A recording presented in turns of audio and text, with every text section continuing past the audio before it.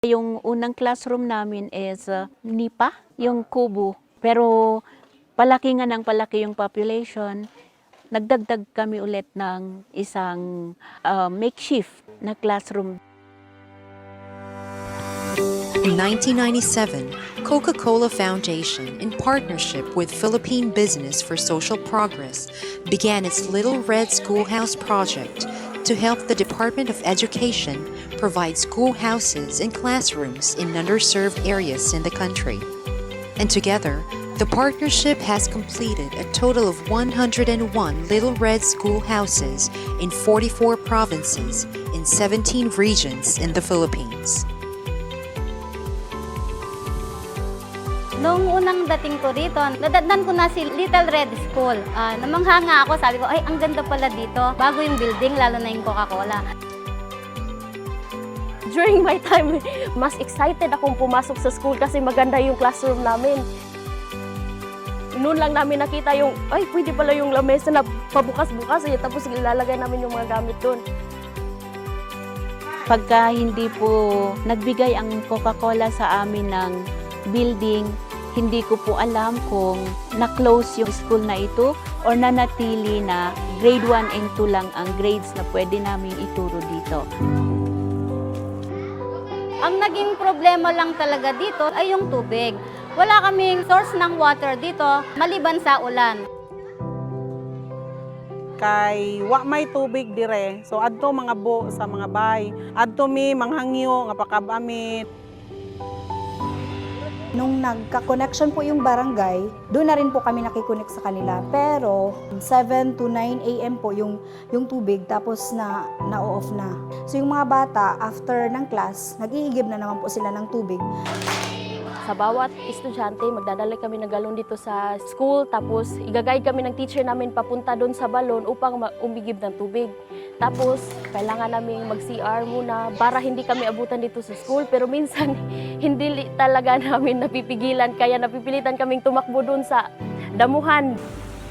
Access to clean and safe drinking water remains a challenge to a lot of communities in the country. Many of the schools experience poor quality of water and inadequate source. Na may tubig rin pero hinay lang po. Yan, nagaligo lang may usay, nagahimasa lang. Kung hindi nila rasyon ng tubig ngayon, yung iba talaga, hindi nakakaligo. Yung mga bata, pag flag ceremony namin, makita mo talaga na medyo bagong gising pa. Yung buhok talaga nila, parang walang ayos. Hindi siguro sila nakaigibyo, tama-tama lang ba pangluto at saka pang-inom yung tubig nila. Namitabay sa mo, pero di na mo mainom. Mukuha mi gim nun adto pa sa among silingan. Kapoy kayo kay kung mo eskwela pa man ko, sayo jud ko mukabo. Pag-abot na mo sa eskwelahan, wa pa jud tubig.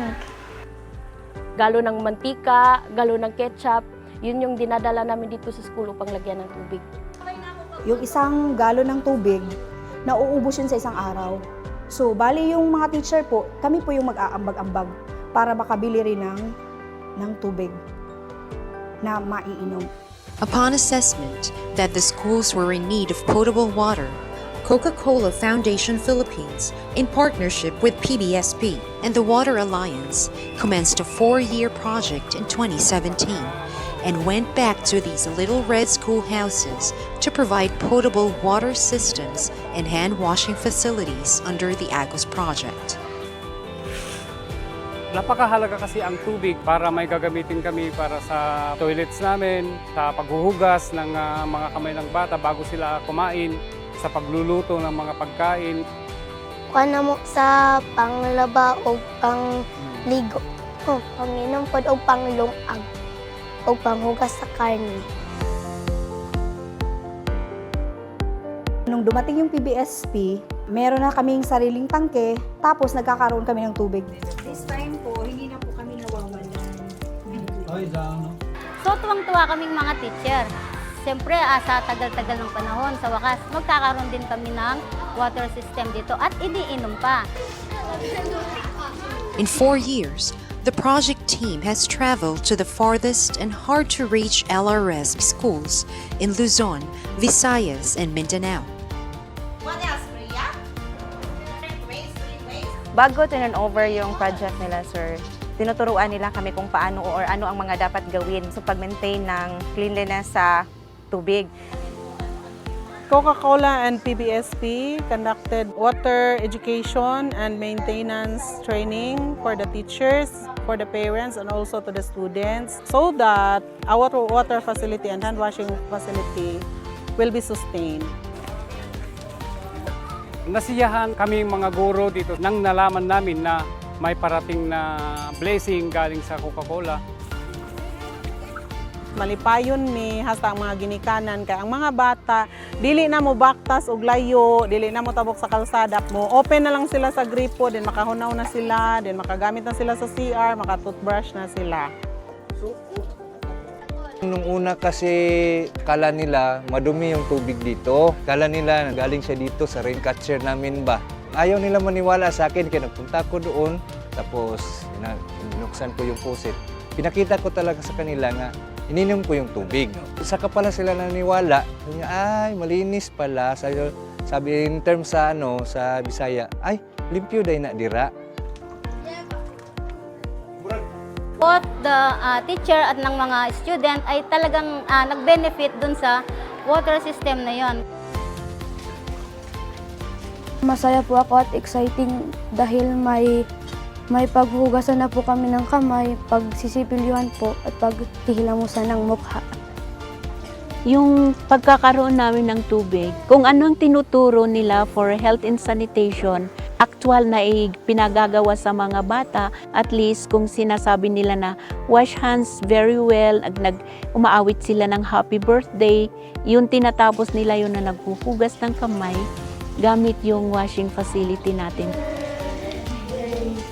Nandito pa tayo sa pandemic time, so ang mga bata kailangan talaga maglilinis ng kanilang kamay. So it's not very hard for us to have our own water po. Then sa CR din, and hindi na kailangan mag-chip in ang mga bata ng tig-piso-piso araw-araw for them na makabili kami ng tubig. Kasi meron na ngang tubig na maiinom na ng mga bata. Lahi ra sa una kasi una kuan kayo diri ani. Tipid kay tubig halos di na makainom. The project is very significant for Coca-Cola Foundation because it connects the two things that are very important to the organization: good learning environment and at the same time ensuring potable water for the learners. Coca-Cola Foundation hopes that this kind of project will become a model that different organizations can follow and improve on to provide water to many waterless communities in the country.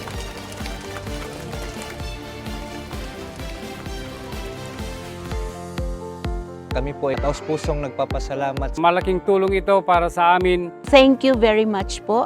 Thank you so much from the bottom of our heart. Tako kayo may pasalamat. Gitagaan gid mi ninyo solusyon sa amuang pinakadako nga problema, ang tubig. Kundi dahil talaga sa inyo, hindi kami makakagamit ng malinis na tubig. Basta ako na nanonood or nakikita ang aking mga estudyante na hindi na nahihirapan. Sa mga projects po na ibigay ninyo, nakita po namin, seryoso po kayo sa inyong mga hangarin na makatulong po para ma-elevate or maitaas yung quality life po natin dito sa sa ating bansa po. Isa pong karangalan ang mapili kaming bilang mga recipient sa project ng Coca-Cola through the PBSP. In behalf of this community, ang aming taong-pusong pagpapasalamat sa Coca-Cola Foundation for giving us the opportunity to learn and for giving us the opportunity to be who are we today. Malaking tulong po sa amin yung mga project na ibinigay po ninyo sa amin. At nangangako po kami na yun ay aming aalagaan hanggang sa aming makakaya.